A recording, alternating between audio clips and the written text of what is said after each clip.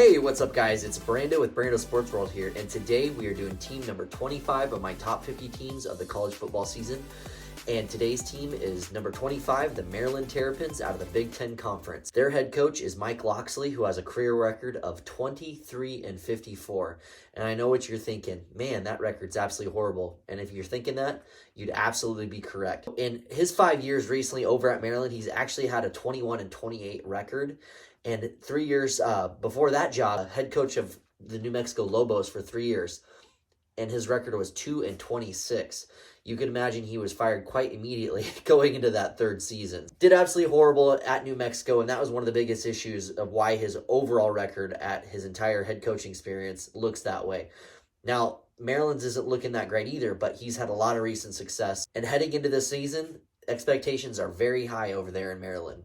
So last year, their record was 8-5 overall, and they were 4-5 in the conference. They're coming off 2 winning seasons and have playmakers all over in space. If they can take a step up further on offense, this is easily a top 25 team. They came off a win against NC State in the postseason and are very likely to continue that momentum heading into 2023. If you're a fan of the Big Ten or the Maryland Terrapins, please like the video and subscribe to the channel. I have so much more great content coming for you as we count down to team number 1 of my top 50 teams of the 2023 season. So for starters here, Maryland's going up against an easy team against Towson in week 1. I have you guys easily handling your business here 45-3. This team is not going to be a problem for you. Heading into week number 2, another easy game. It's a game against Charlotte. I don't see why Charlotte would cause you any issues whatsoever. If they do, then your season is going to be gone before it even starts. You win this one 41-0. Heading into week 3 is a game against the Virginia Cavaliers. Expectations are not very high this year for that Virginia team, and they're definitely not the Virginia team of years past. This team is not going to do well this year, in my opinion, and I have you guys winning this one 35-10. Going into week 4 is a game against Michigan State. It's your first in-conference opponent. Mel Tucker hasn't been doing so hot lately at Michigan State, and some people actually consider him maybe being on the hot seat, and you'll definitely find out this year for sure how he does. This is an away game, but I think your guys' offense is going to be quite dynamic this year, and I think you guys handle your business on the road against Michigan State, and you win this one 31-17.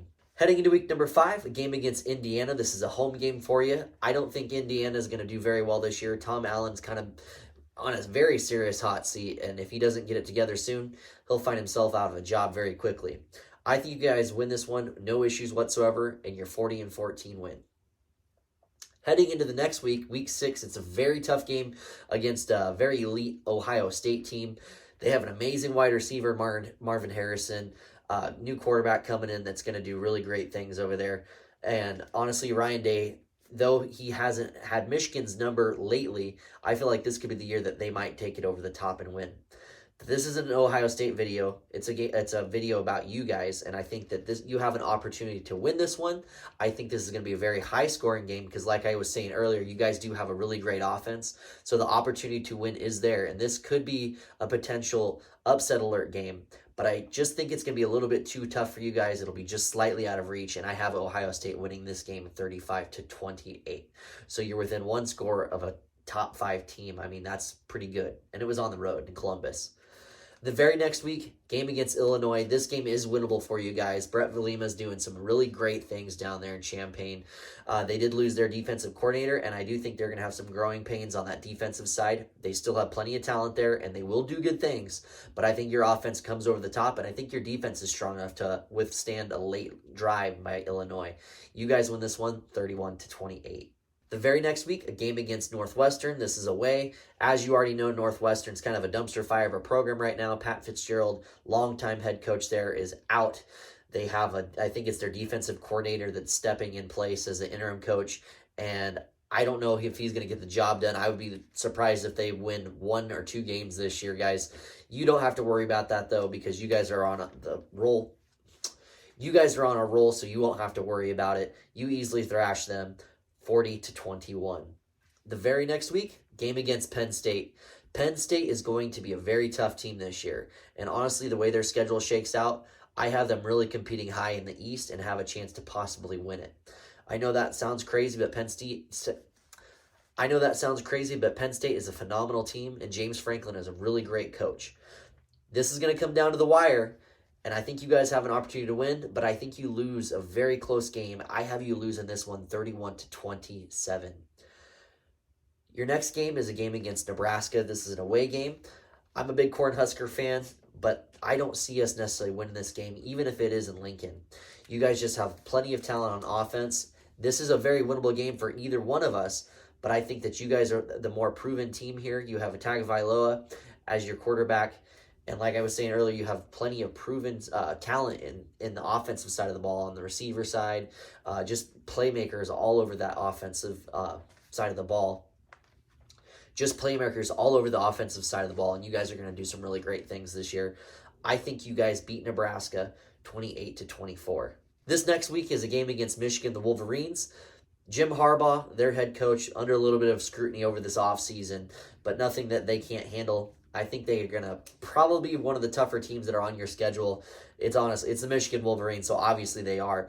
But they have so much depth, just never-ending depth on both sides of the ball. The lines of scrimmage are going to be very stout and tough. They're going to be hard-nosed, physical, run it in your face, come off play action to the tight ends type of team. Like I said, they have plenty of talent, and it's going to be a tough game for you guys to overcome.